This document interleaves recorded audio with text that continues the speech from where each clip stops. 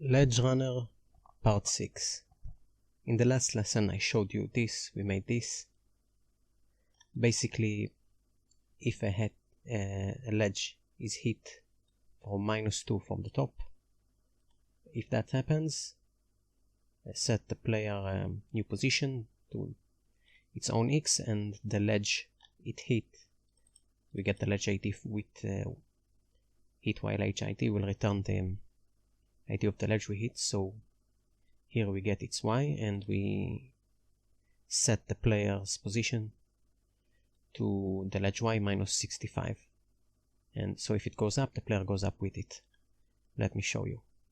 So the ledge will reach the player and will take him up. That's it. We could have done this with regular hit test, but we need it specifically only when the player hits the ledge from the top, not from the side, from any side or from the bottom, only from the top. So for that we needed what we did, the hit prediction. We didn't need any hit prediction for the X, so we didn't change it, we left it at 0. So let's do the well, in this lesson we'll do the hard part, actually implementing the velocity movement. I'll explain to you how it works and everything, but let's just do the velocity for the vertical velocity for the gravity. So else, so if you don't hit any ledge, it means you're in the air, it means you're falling. So simple. Increment player dot speed y, it's y speed because it's falling, by gravity.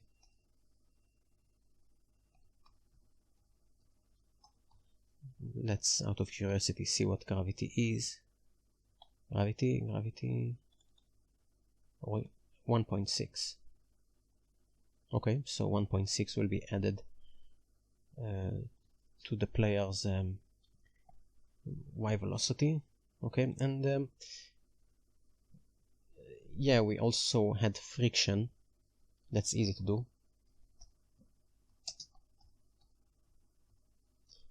Friction is like when something rolls and stops gradually. Like on ice, ice has less friction, so you will slide on it. But sand has more friction, so if you roll a ball on sand, it won't roll that far. So yeah, that's basically friction. So we'll need player speed x and player speed y, because we'll have well, usually games have a vertical and horizontal friction. Speed x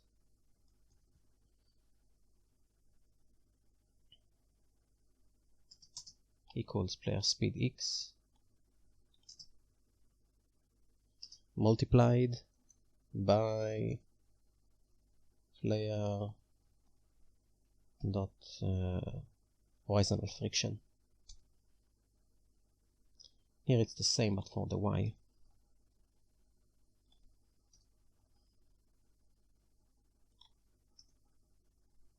So you have vertical and, well, yeah, basically that one is the more important one, because like if you run, we don't want to run forever, we want to stop, like after you stop clicking any of the buttons, the player will stop moving after like a few steps.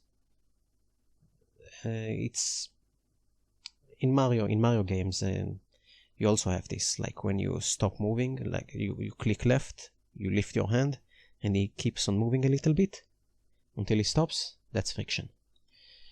Okay, so now we'll need to add two more functions after move: adjust x and adjust pose x and adjust pose y. Let's duplicate this to make life easier. Adjust pose x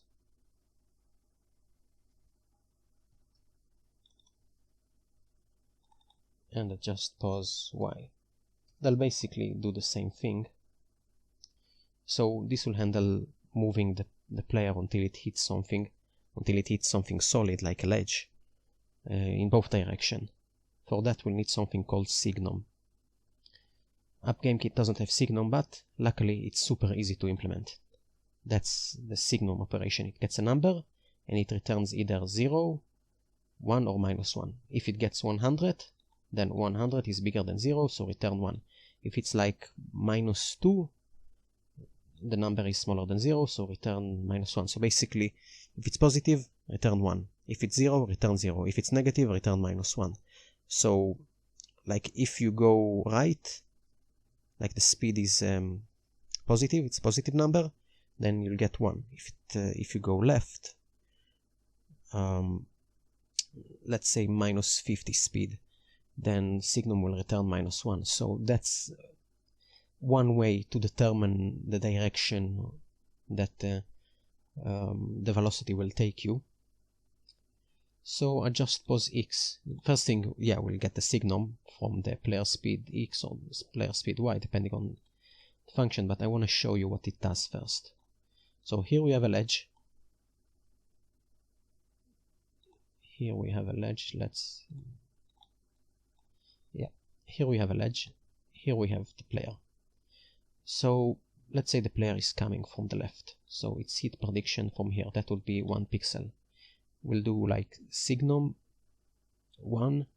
So it will be, so when you give 1 to the predict collision on its x, it will be -1. Because you see, we do minus x predict. So if you give here -1, it will predict from the left. So it will be -1. And then we have our player, right? So the player is here and his velocity is, let's say, 50. So instead of moving the player here, like let's say the distance from here to here, it's 50 pixels, right? Instead of moving it like in the next tick here, what we'll do is in the same tick, in the same update of the update loop, we'll loop from 1 or 0 to 50, and we'll check for collision for each it doesn't let me, for each pixel of movement until it reaches here. So basically it will move 1 pixel, 1 pixel, 1 pixel, 1 pixel. If it hits something, it stops. The velocity turns into 0 instantly. Like let's say the velocity is 200. I don't know, until its target is here, right? But because we loop and we like check this part, this pixel and this pixel and this, we check the pixel. If there's nothing there, move by 1 pixel and then by another pixel, and when we reach here, we'll hit the prediction and the velocity will be 0. That's it. Don't move anymore. It won't move in the next tick. Like the velocity, you hit something solid, stop.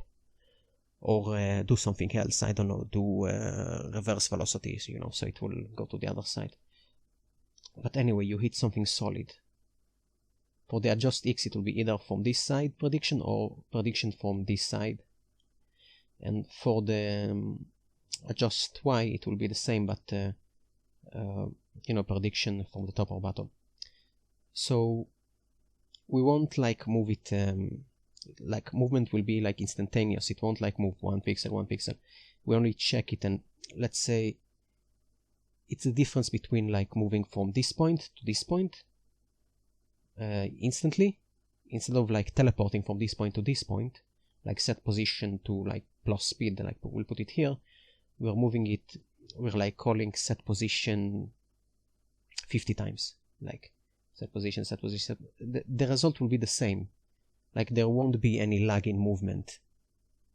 It will move like, it will look like it moves instantly and stops here instead of going here, like if the velocity was 200 or something.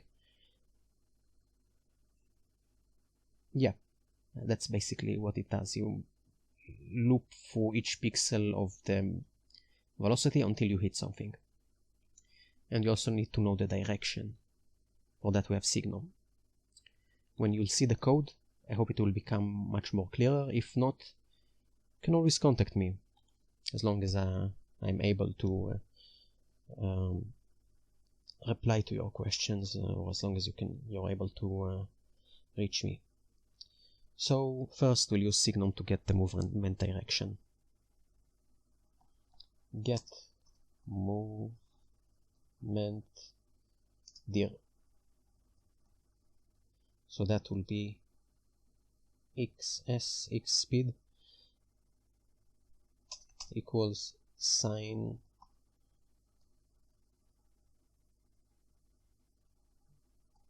player dot speedx. So this will hold, like, if the speed x is 5, this will be 1. If the speed x is -2, this will be -1. If it's 0, it will be 0 and won't move. And after that, we need to loop how much we need to move.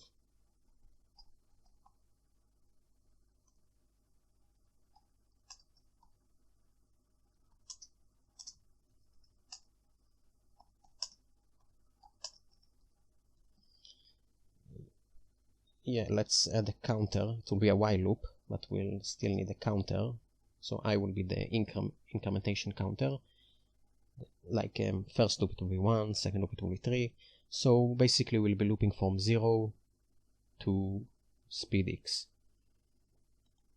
So while I absolute value, like if it's -5, we don't want to loop from 0 to -5, we want to loop from 0 to 5. So we need an absolute value, you know, like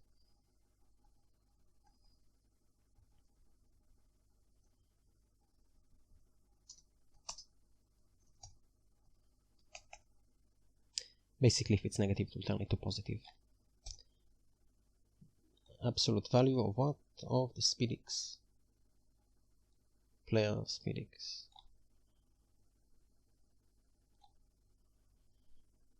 And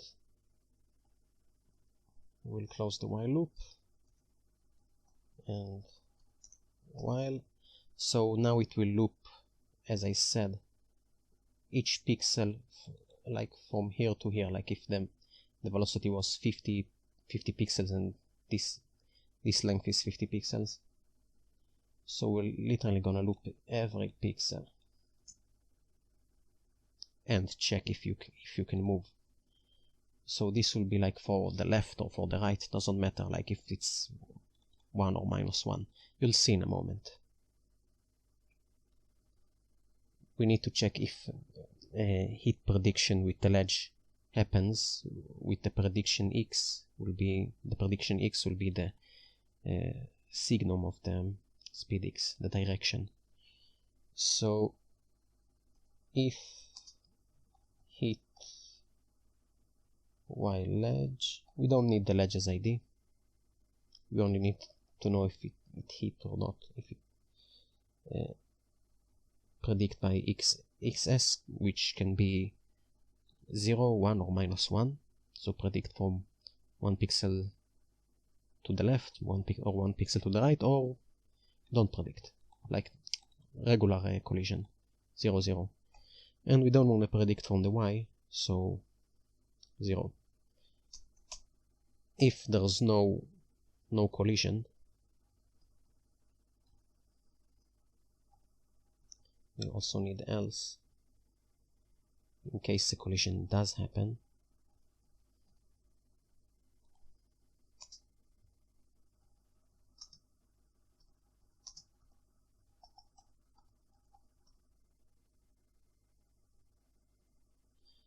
I think I spelled collision wrong. Whatever. We'll do the if first.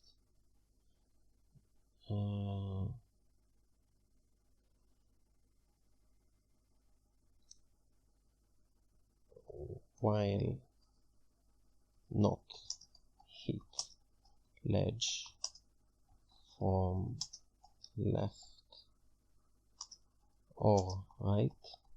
So while we don't hit a ledge from the left or right, depending on the velocity, the vertical velocity, the speed x.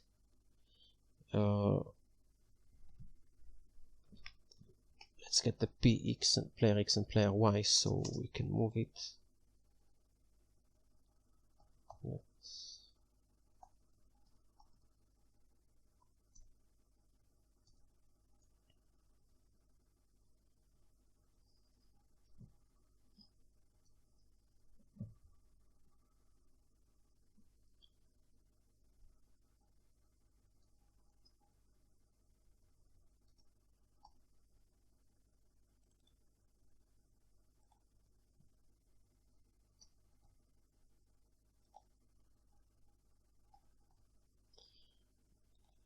So now we need to set the player's position to its new position.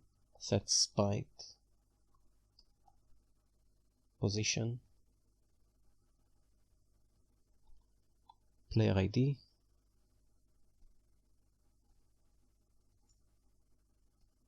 the player sprite ID, move it px plus x speed and set its y to its previous y.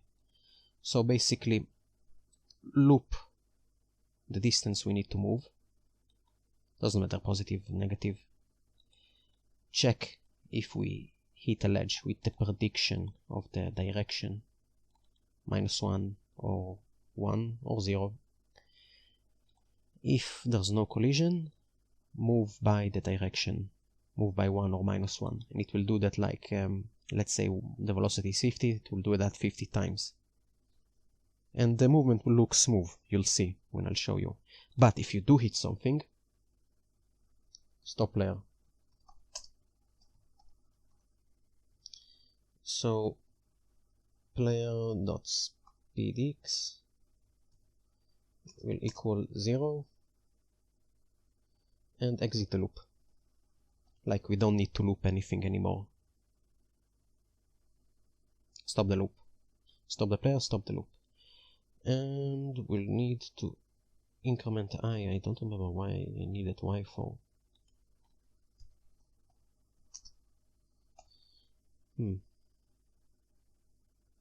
Oh. It's the counter.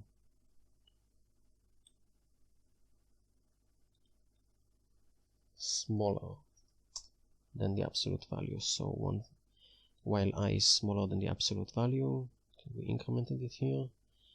And yeah, it works. You should see what it does if we don't want to get an error. So we put this after move player. And let's put just y even if we didn't implement it. So now you'll see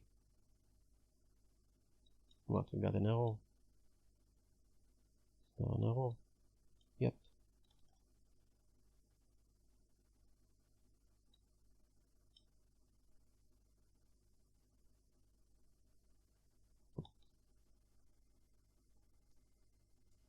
Oh, yeah, we need the player's ID. My bad.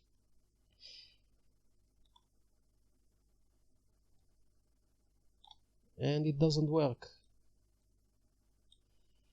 Interesting. Did we give the player's speed at all?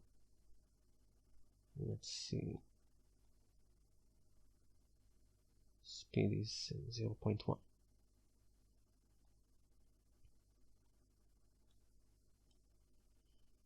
I told you it will be a headache. So here we increase and decrease the speed. We can't console log anything to check what happened because AppGameKit doesn't have console log. Let's see, maybe I can debug it by only looking at it.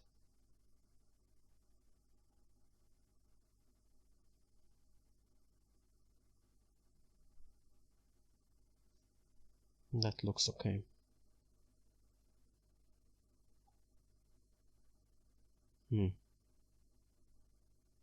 Interesting.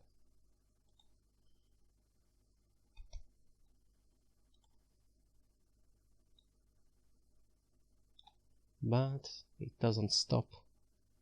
Nope.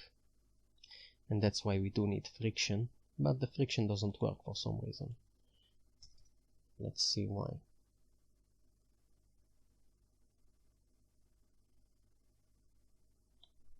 What's the horizontal friction? I think it's 0 by mistake. No, 0.5. Basically cut the velocity by half.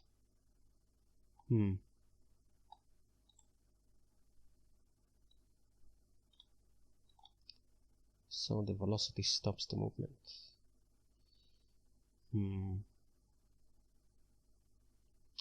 Well, we know this works. Let's just finish with the adjust pos y.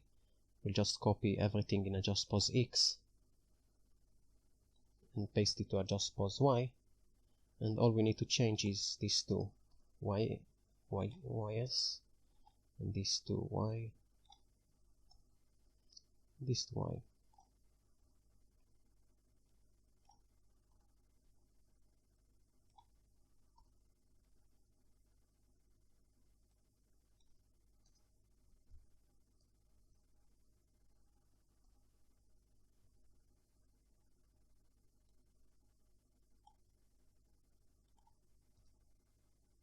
We move the prediction to the, we do the prediction with the y, not with the x. We want to check prediction from the top or from the bottom now.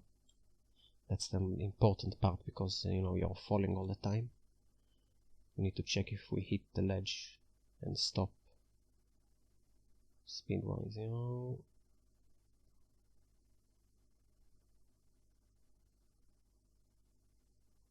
Alright. Let's see it.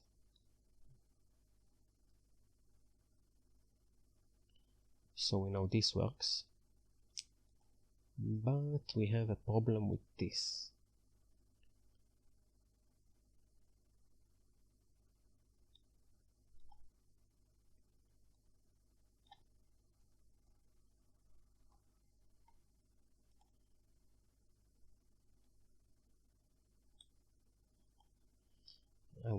I would love to console log this, console log the speed x.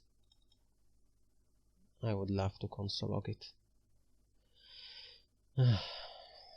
Let's see. We'll have to use print. Let's hope it works. Print player speed x. This should tell us what's happening.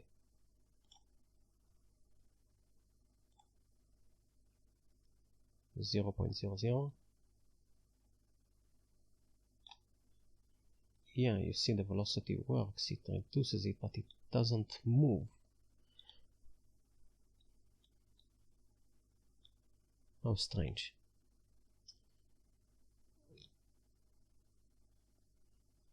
It's strange because I already used that code.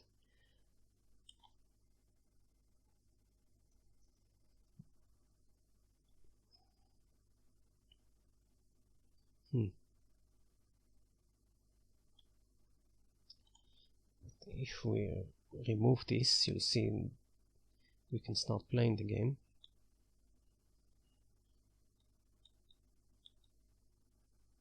Kind of, but you don't stop.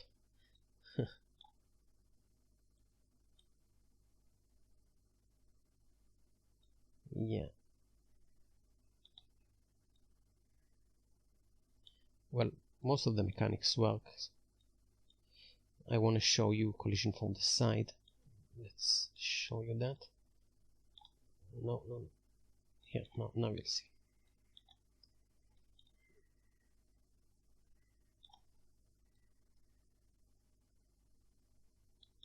Well, you can't collide with it from the side, I'm almost sure. Here, you'll see. Yeah. Well, I will fix this for the next lesson. Don't know what went wrong here. So weird. Should work. So yeah, that's it for this lesson. The important stuff, the most important thing is that this works, and I hope you understand how this works. It's not that it's not a complicated algorithm, but if you still don't understand it, please contact me. And that's it for this lesson.